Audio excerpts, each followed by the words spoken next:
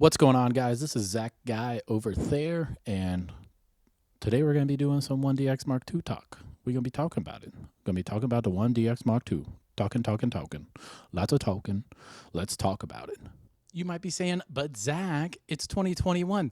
Why does anybody freaking care about the 1DX Mark II? That thing came out in like 2016. It's freaking ancient.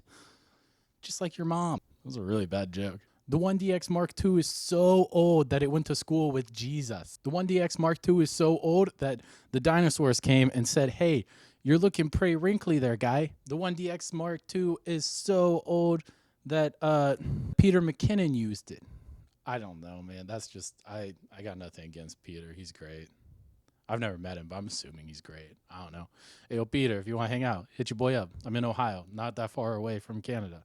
So the specs aren't that impressive, and it's 2021, so, like, you know, they're 5 years old, but we should go over them. And since specs are always the most boring part to go over, I'm going to do it really quickly. All right, are you ready?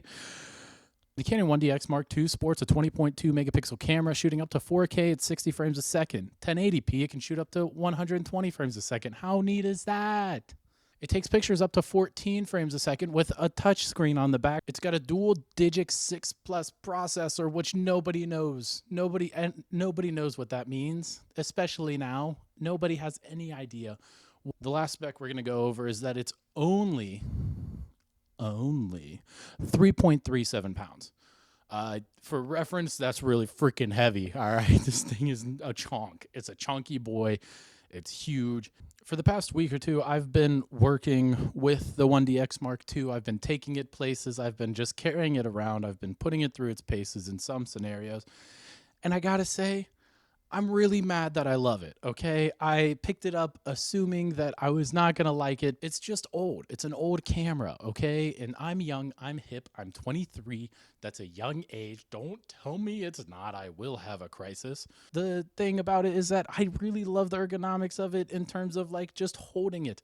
I'm a big boy. I got thick hands, brother. I got big, meaty hands, okay? And that puts me out of the running for anything Fuji related unless it's medium format, which is really unfortunate because I like the way Fujifilm looks. Long story short, this camera really won me over really just a weekend. To start, I just kind of carried it around. I was just taking pictures of, you know, the freaking dog that I live with, Dynamo, like the plants outside that I got, the vines growing on the walls, you know, just random stuff. My girlfriend, everything, like just normal day-to-day picture taking stuff.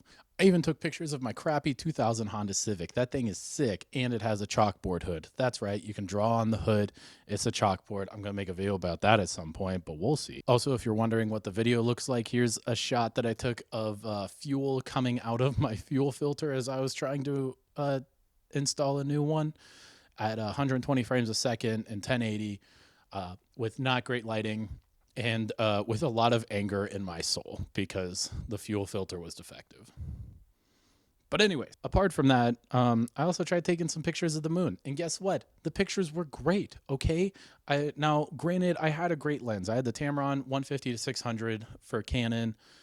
It's an awesome lens, but the 1DX really blew me away in terms of just how easy it is to get a good shot of the moon on a cloudy day and in the middle of the city. There's a lot of light pollution here. I'm not out in the country bumpkin area, okay? So astrophotography doesn't make no sense, but taking a picture of the moon with the 1DX was easy. I mean, I think we can all agree that the Canon 1DX Mark II, when it came out, kind of wiped the floor with everybody else. It came out at a time where Canon was really on the up and up. Nobody was able to catch up to them. Sony Simps didn't even exist really yet because they didn't have good autofocus, and their low light wasn't near as good as what it is today. In terms of logability, it's terrible, okay? I don't know how Peter McKinnon did it for so long. That man must have some very impressive arms, even though he looks pretty thin. I know he's tall. Like, his arms, like, they get out there, but, like, I don't know, man. He's built different, bro.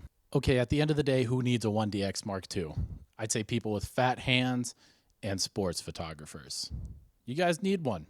If you're a fat-handed sport photographer and you don't pick up a 1DX Mark II, you have lost your mind. Thanks so much for watching. Please like because that helps a lot. Share it.